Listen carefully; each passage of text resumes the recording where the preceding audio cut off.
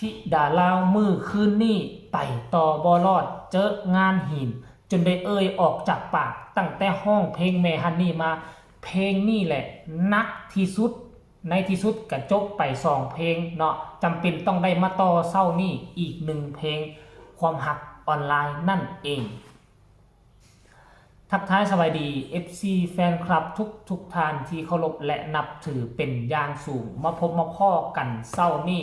ก็อยู่ในช่วงที่หนาวที่สุดตั้งแต่เข้าช่วงฤดูหนาวมาทานผู้ชมเนาะตกมาปีนี้มันมาหนาวเอาท้ายปีจะไปใส่มาใส่ก็ต้องระมัดระวังกันเด้อเนาะเศร้ามื้อนี้ก็จะอยู่ในราวๆประมาณ17องศานั่นเองเนาะพบพ่อกันตอนนี้ในคลิปนี้ก็มีเรื่องราวข้อมูลข่าวสารเกี่ยวกับน้องธิดาลาวซึ่งพ่อแม่ทั่วโลกคองคอยชมคองคอยเบิ่งการอัปเดตข้อมูลข่าวสารน้องไปเข้าห้องอัดนอกจากยังเป็นห้องอัดเก่าห้องอัดเดิมอาจารย์โนชานนท์อยู่ทางนครพนมนะถ้าจำบ่ผิดแล้วตอนเข้าห้องอัดพอผู้ไม่เพิ่งก็น่าจะเว้ายอกดอกมันเป็นไปบ่ได้ดอกว่าชั่วโมงนึง3เพลงนี่นะพอผู้ไม่เพิ่งกับว่าชั่วโมงนึง3เพลงเด้อคันแล้วก็สิได้กลับบ้านใส่ชุดงามๆว่าซั่นเนาะแต่บาดไปเฮ็ดแล้วมื้อคืนนี่ก็ห่วยมันบ่เป็นชั่วโมงนึงเด้ประมาณ 2-3 ชั่วโมงเซตไป2เพลงเนาะเซตไป2เพลงท่านผู้ชมสงครามความฮัก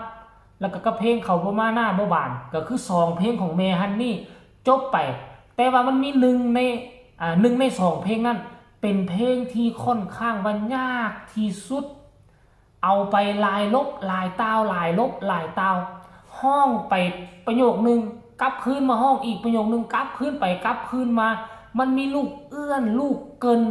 โอ้โหเจอซึกนักแต่มันเป็นการดีบ่ที่เอาเพลงเรานี่มาให้น้องธิดาลาวเข้าห้องอัดมันก็เป็นการดีและอายุเพียงแต่11ปีคันถ้าเจอซึกนักตอนอายุน้อยๆบาดอายุแก่ขึ้น15 16หรือว่า18ปีบรรลุนิติภาวะสิ่งเหล่านี้น้องธิดาลาวก็จะถือว่าเป็นเรื่องปกติไปแล้วบ่แม่นเรื่องนักหนาสากันเอาแล้วนักต้องให้มันนักตอนทำอิฐตอนเริ่มต้นให้มันนักเอาไว้โลดได้บ่ได้ก็ให้มันเอาตัวนี้ถึงขั้นห้องให้เสียน้ำตาให้มันห้องให้เสียน้ำตาตอนอายุยังน้อยพี่บาดขึ้นไปแล้วจิตใจก็จะเข้มแข็งร่างกายก็จะเข้มแข็งพร้อมที่จะปะทะกับทุกประเด็นที่มันจะเข้ามาถาโถมเข้ามาในชีวิตหมอลำทานผู้ชม FC แฟนครับอย่างน้อยๆมือคืนนี่ก็เฮ็ดจกไป2เพลงซ้ำเป็นเพลงยากที่สุดในชีวิตของน้องธิดาลาวแล้วมื้อนี้ก็จำเป็นต้องได้นอนอยู่แถวบ้านอาจารย์โน่แหละแล้วมื้อนี้ก็ตื่นเช้ามาก็กินข้าวกินน้ำแล้วก็จะได้เข้าห้องอัดอีกเทื่อนึงเพื่อจะอัดเพลงนี้เนาะเพลงที่ทุกคนคองคอยอีกเพลงหนึ่งเพราะเป็นเพลงขอบบุญขอบคุณFC แฟนคลับพี่น้องทั้งสองฝากฟังแม่น้ำคลองและรวมถึงพี่น้องคนลาวคนไทยที่ไปอยู่ทั้งต่างแดนที่บ่ได้กลับมาเยี่ยมยามเพื่อนซ่านบ้านซองบ้านเกิดเมืองนอนก็อาศัยฟังเพลงเหล่านี้ให้น้องธิดาลาวเป็นตัวทายทอดไปให้เนาะท่านผู้ชมอยากให้ทุกคนไปชมคลิปนี้เนาะบรรยากาศจะเป็นแนวใดฟังจากปากแม่เพิ่งว่าเมื่อคืนนี้สำเร็จเสร็จสิ้นจากเพลง3เพลงวอลหรือ2เพลงให้ไปฟังคลิปนี้น้ำกันแล้วจึงมาพ่อกันในช่วงต่อไปฟังพร้อมๆกันเลยสารตำนานแม่ฮันนี่สีสารสู่ที่ดาราศรีวิไลค่ะกราบขอบคุณไปถึงพ่อดาวบ้านดอนนะคะยาพันแล้วก็แม่แพรรวมไปถึงครอบครัวบ้านดอนทุกท่านด้วยค่ะที่เมตตาบ้านศรีวิไลแล้วก็น้องที่ดารานะคะให้ได้รับบทบาทหน้าที่ค่ะในการสืบสานเพลงตำนานของราชินีหมอลำนะคะแม่ฮันนี่สีสารมาเบิ่งกันว่าจะยากขนาดนั้นที่ดาราบอกว่าเพลงนี้หินมากตั้งแต่ร้องของแม่ฮันนี่มาเพลงนี้คือเพลงที่ร้องยากที่สุดนะคะสงครามกับความรักค่ะเพราะว่าเป็นเพลงที่มีเกลิ่นหลายลูกข้อหลายลูกเอือหลายไล่ละเอียดไล่แห้งค่ะความรักครับนี่ค่ะนะรอบนี้ต้องเอาให้จบเข้มนะ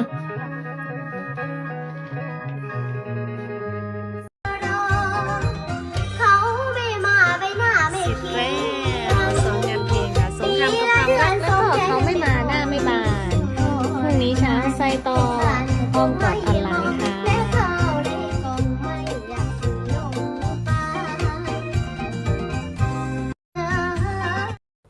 เห็นบ่ทุกคน